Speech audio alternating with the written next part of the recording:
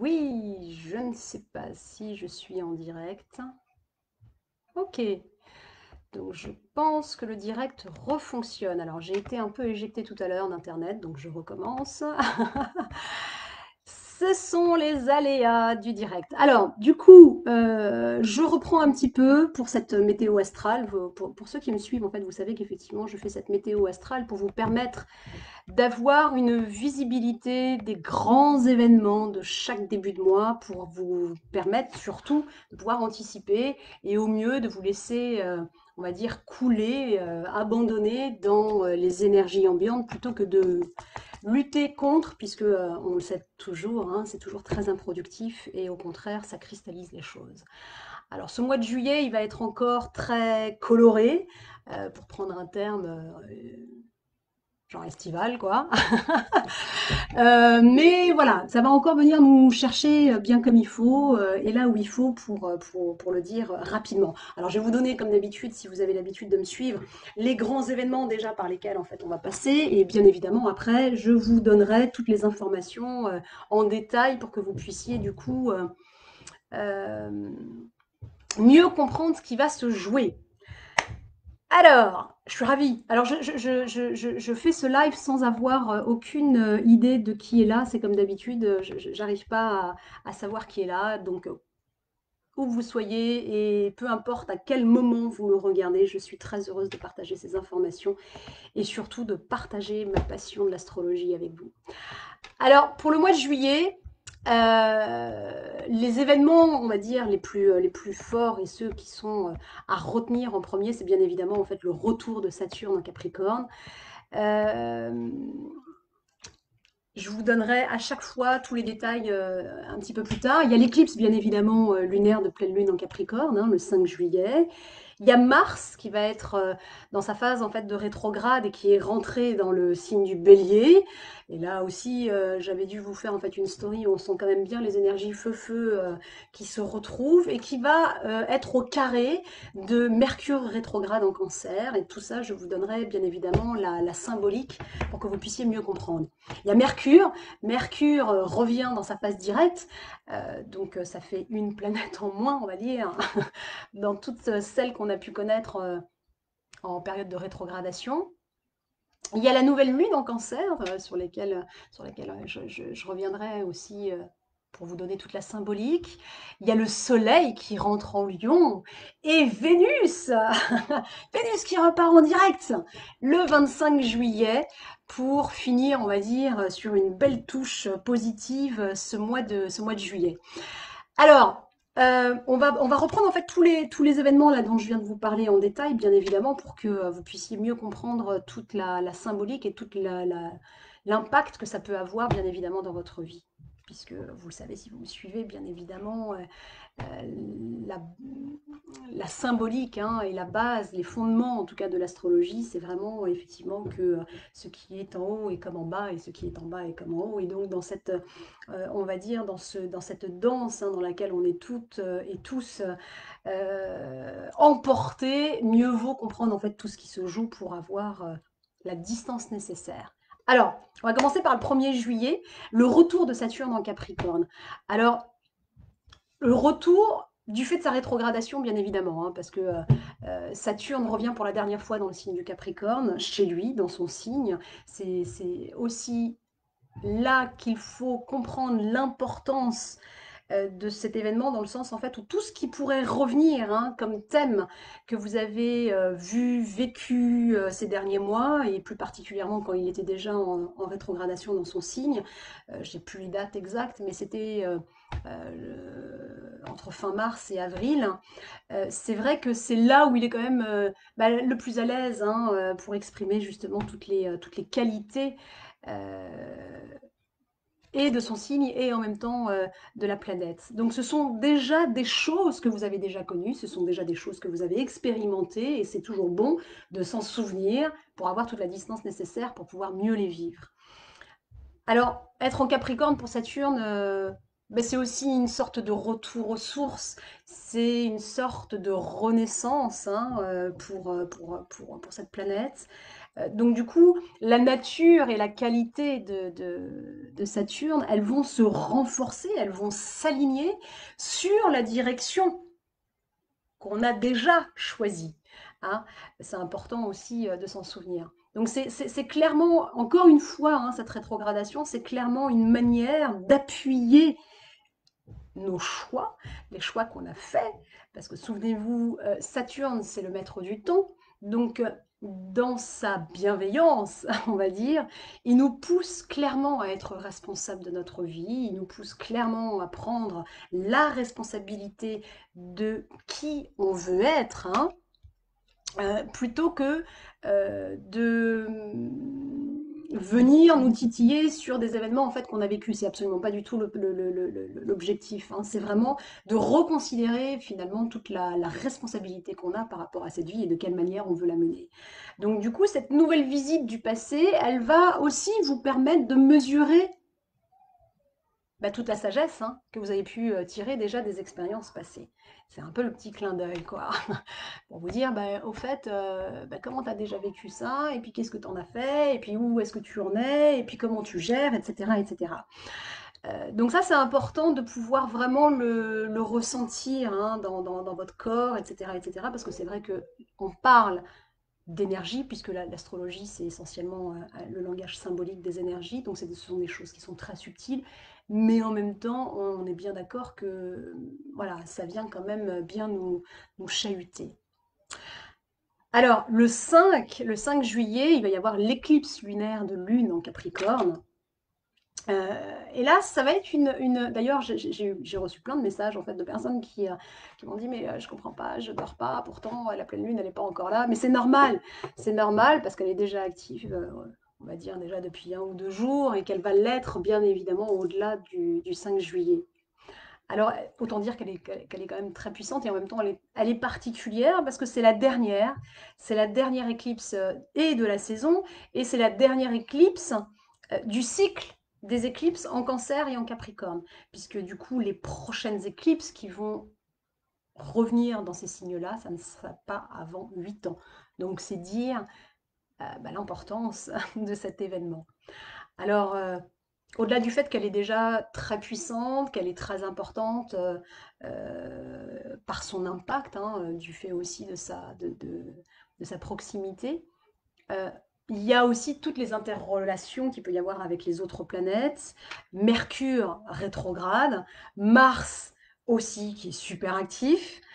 Donc ces deux planètes-là qui sont quand même super actives autour de cette éclipse lunaire pénombrale, plus la puissance quand même à elle seule du coup de l'éclipse, autant vous dire que voilà, ça va venir clairement accentuer l'intensité de nos émotions qui sont déjà bien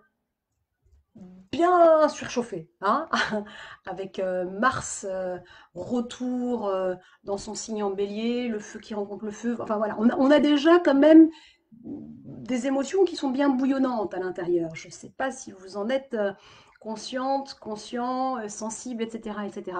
Donc pour le coup, par rapport à cette pleine lune, soyez particulièrement à l'écoute de tout ce langage émotionnel, tout ce qui pourrait vous chuchoter à l'oreille et vous crier mais haut et fort, hein, qu'il y a probablement des choses à libérer, des choses à évacuer, hein, des choses à laisser partir, des choses à,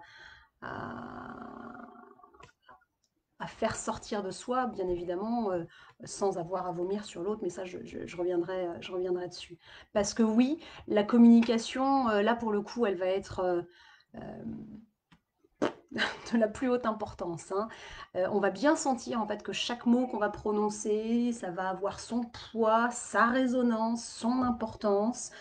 On pourrait même avoir tendance, en fait, à dire des choses peut-être trop rapidement et peut-être trop brutalement, ou au contraire, hein, aussi avoir cette, on va dire, audace d'oser dire des choses qu'on n'a jamais dites auparavant, d'avoir cette espèce de peps au niveau du langage qu'on n'avait pas eu. Mais en tout cas, voilà, il y a vraiment le signe en fait du panache, hein, le panache, la fougue, quelque chose en tout cas de cet ordre-là au niveau vraiment des énergies un peu waouh, bah, qui vont être bien présentes hein, dans nos conversations. Donc voilà, soyons à l'écoute de tout ça, parce qu'il peut y avoir bien évidemment des excès en tout genre, et c'est le moment vraiment de pouvoir prendre la distance nécessaire et pour ne pas laisser partir trop rapidement des choses sur lesquelles on n'aurait pas pris le temps de penser. Alors, cette fin de cycle des éclipses, euh, elles nous ont quand même déjà bien secoué, hein, on en a quand même vécu déjà pas mal, hein, des éclipses. Hein. Il faut bien comprendre en fait que c'est vraiment une sorte de nettoyage. Hein. Là, pour le coup, il y a vraiment une sorte de nettoyage énergétique en profondeur, parce que oui, comme à chaque éclipse, mais c'est aussi une nouvelle page énergétique hein, qui s'ouvre. Euh, et l'idée, c'est vraiment de comprendre que plus on va se laisser porter hein, par le flux, sans lutter, sans essayer de se cristalliser en fait sur les énergies, plus on pourrait avoir la chance justement de voir bah, les grandes avancées, les grands pas qu'on a pu faire et avoir, même s'ils sont micro, ces derniers mois, et du coup de mettre vraiment le focus hein, sur bah, ce que on a déjà lâché finalement pour ben voilà, hein, s'alléger et continuer le voyage parce que c'est quand même de ça dont il est question. Et pour le coup, par rapport à cette pleine lune, s'il y a des questions qui peuvent vraiment être en bonne résonance avec toutes ces énergies, c'est de vous poser peut-être la question de ben, qu'est-ce que je peux encore éliminer de ma vie qui me sert plus qu'est-ce qui me bloque encore dans mon évolution aujourd'hui et que je dois bah, laisser partir, hein, c'est effectivement un peu la question en résonance avec cette pleine lune du 5 juillet. Alors le 8 mars, euh, il y a la rétrogradation de Mars en bélier, qui a rencontré donc son signe déjà il y a quelque temps, qui va créer et former un carré de Mercure rétrograde dans le cancer. Alors qu'est-ce que ce carré, qu'est-ce que cette tension va venir un petit peu nous faire travailler, d'autant plus que bon, Mars est entré en fait dans son signe le 28 juin du fait de sa rétrogradation, et il va y rester, hein, il va rester en fait dans son signe un bon moment puisqu'il va y être jusqu'au 6 janvier 2021. Donc c'est dire quand même l'importance de ce passage en domicile, c'est ce qu'on dit en astro, puisqu'il est chez lui. Alors juste rapidement quelques petits rappels en fait de la planète Mars, parce que c'est vraiment la planète en fait Yang par excellence. Hein, c'est avant tout la planète du désir, ce désir brûlant et vif de vivre. Hein. Il y a une sorte d'instinct comme ça, un petit peu de survie profond, une sorte de pulsion qui peut aussi venir combler un manque, hein, parce que c'est un peu la planète de l'action. Hein, et en même temps, son énergie, elle est indispensable en période de crise. Donc, on en a bien besoin, justement, quand on est un petit peu flagada, quoi. Alors, en même temps, Mars, c'est le dieu de la guerre. Hein, donc, Mars qui rencontre le feu de son signe bélier, qui va former un carré à Mercure rétrograde dans le signe du cancer. C'est vraiment une tension entre deux planètes qui pourraient venir bah, justement accentuer encore une fois le risque de conflit qu'on pourrait ressentir. Ces espèces de bouillonnement hein, qui pourraient créer aussi des mésententes et qui vont encore une fois accentuer en fait une communication peut-être très tendue, très vive. Donc du coup, c'est vraiment le moment de mettre à profit l'écoute de votre intériorité et la maîtrise hein, que vous en avez de ces émotions. Euh, avec voilà tout ce que ça pourrait venir un petit peu vous titiller hein, sur des choses où la colère elle pourrait partir un petit peu trop rapidement. Alors le 12 juillet, Mercure revient en phase directe. Ouh. Une planète en moins en rétrogradation, ça va aussi faire du bien, ça va nous ramener quand même un petit souffle, un petit bol d'air. Pareil, un petit rappel peut-être symbolique de cette planète Mercure qui régit quand même aussi hein, la communication, hein, et la communication dans tous les sens du terme, hein, elle peut être aussi virtuelle comme je suis en train de le faire en ce moment avec vous. C'est vraiment l'expression de soi. c'est aussi les voyages, c'est le temps, etc. Et quand Mercure rétrograde, c'est un petit peu tous ces domaines de vie hein, qui vont être, entre guillemets, en premier affectés. Hein. Donc on pourra euh, enfin, du fait que Mercure revient en phase directe, avoir les idées plus claires, ça va faire du bien. Ben oui, parce que ça va nous permettre quand même clairement de fendre hein, cette espèce de brouillard dans lequel on était déjà depuis un bon moment.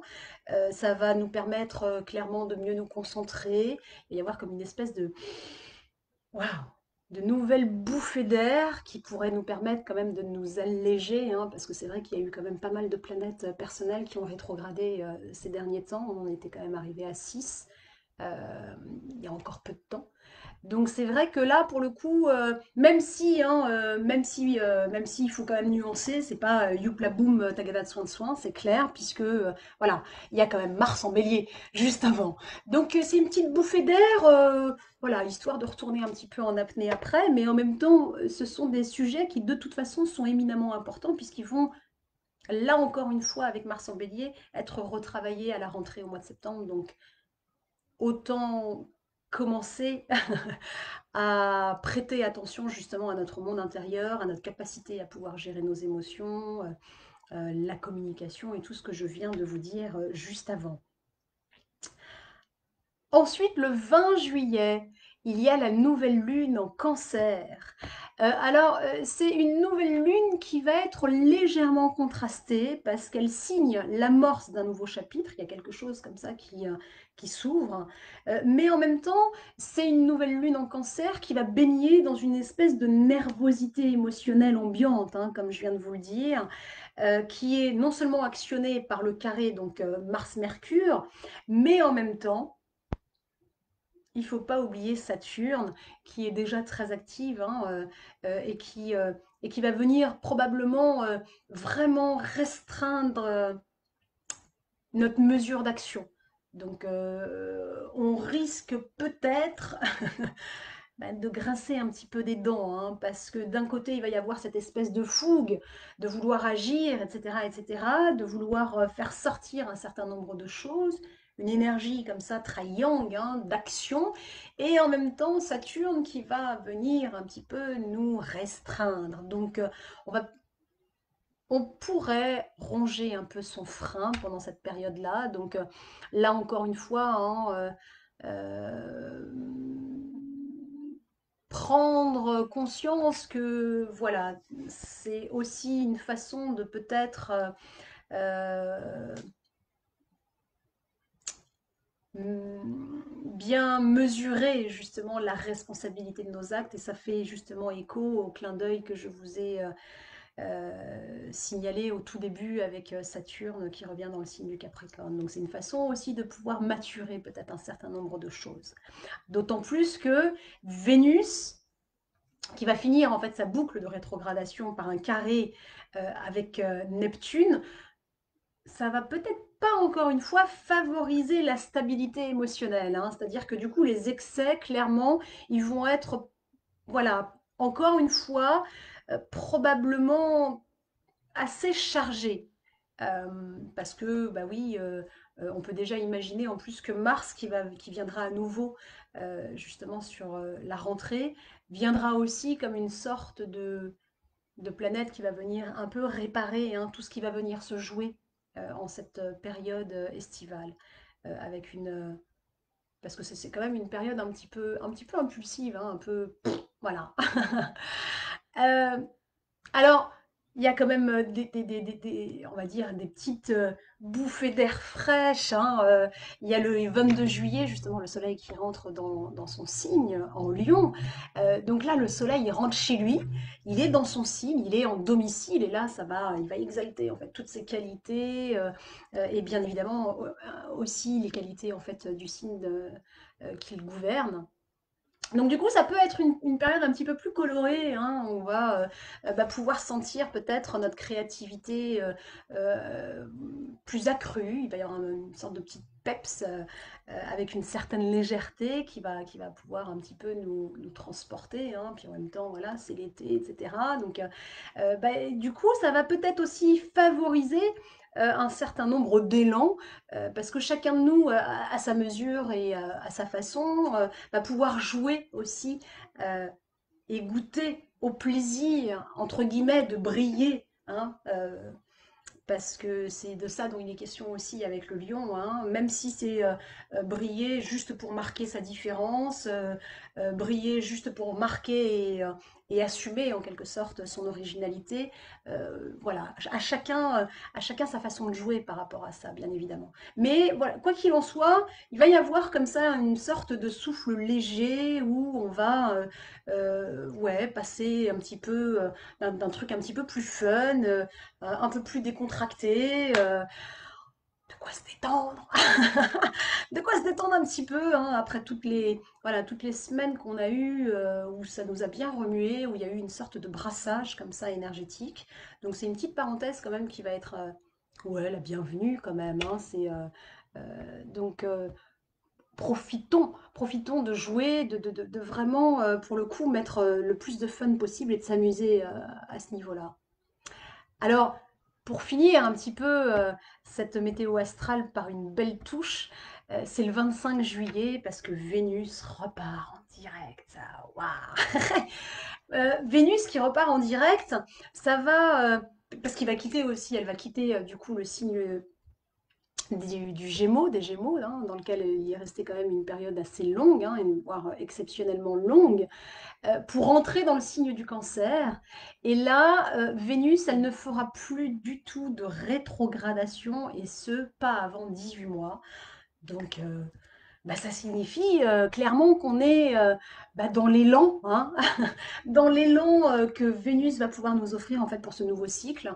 Et là, voilà, il va y avoir un passage en cancer qui pourra être évidemment propice aux élans amoureux, sentimentaux, romantiques, ou même tout simplement faire ressurgir aussi le passé, faire ressurgir les souvenirs, pour se replonger, par exemple, je sais pas, dans son enfance, ou dans des périodes qui ont été un petit peu plus, euh, entre guillemets, nostalgiques. Voilà.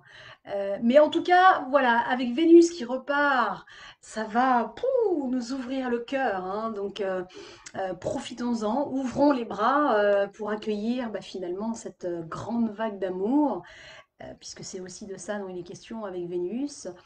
Et ça peut toucher bien évidemment d'autres sujets comme la créativité, l'abondance dans toutes ses formes, hein, clairement, c'est aussi ça Vénus. Donc voilà, ça c'est vraiment la belle petite touche en fait du mois de juillet qui a commencé et qui commence déjà avec quelque chose de plus combatif pour finir avec cette légèreté où là on va s'ouvrir et reconnecter à des choses beaucoup plus douces et beaucoup plus enveloppantes et soyons justement dans cette ouverture de cœur. Donc profitons-en et je profite de l'occasion bien évidemment pour vous souhaiter un très bel été. Moi je vous retrouverai pour la prochaine météo astrale début août comme d'habitude et à chaque fois voilà, j'ai un grand plaisir à pouvoir partager avec vous cette passion qu'est l'astrologie. Donc en attendant, prenez soin de vous, profitez bien et essayez de voir de quelle manière vous pouvez surfer sur la vague.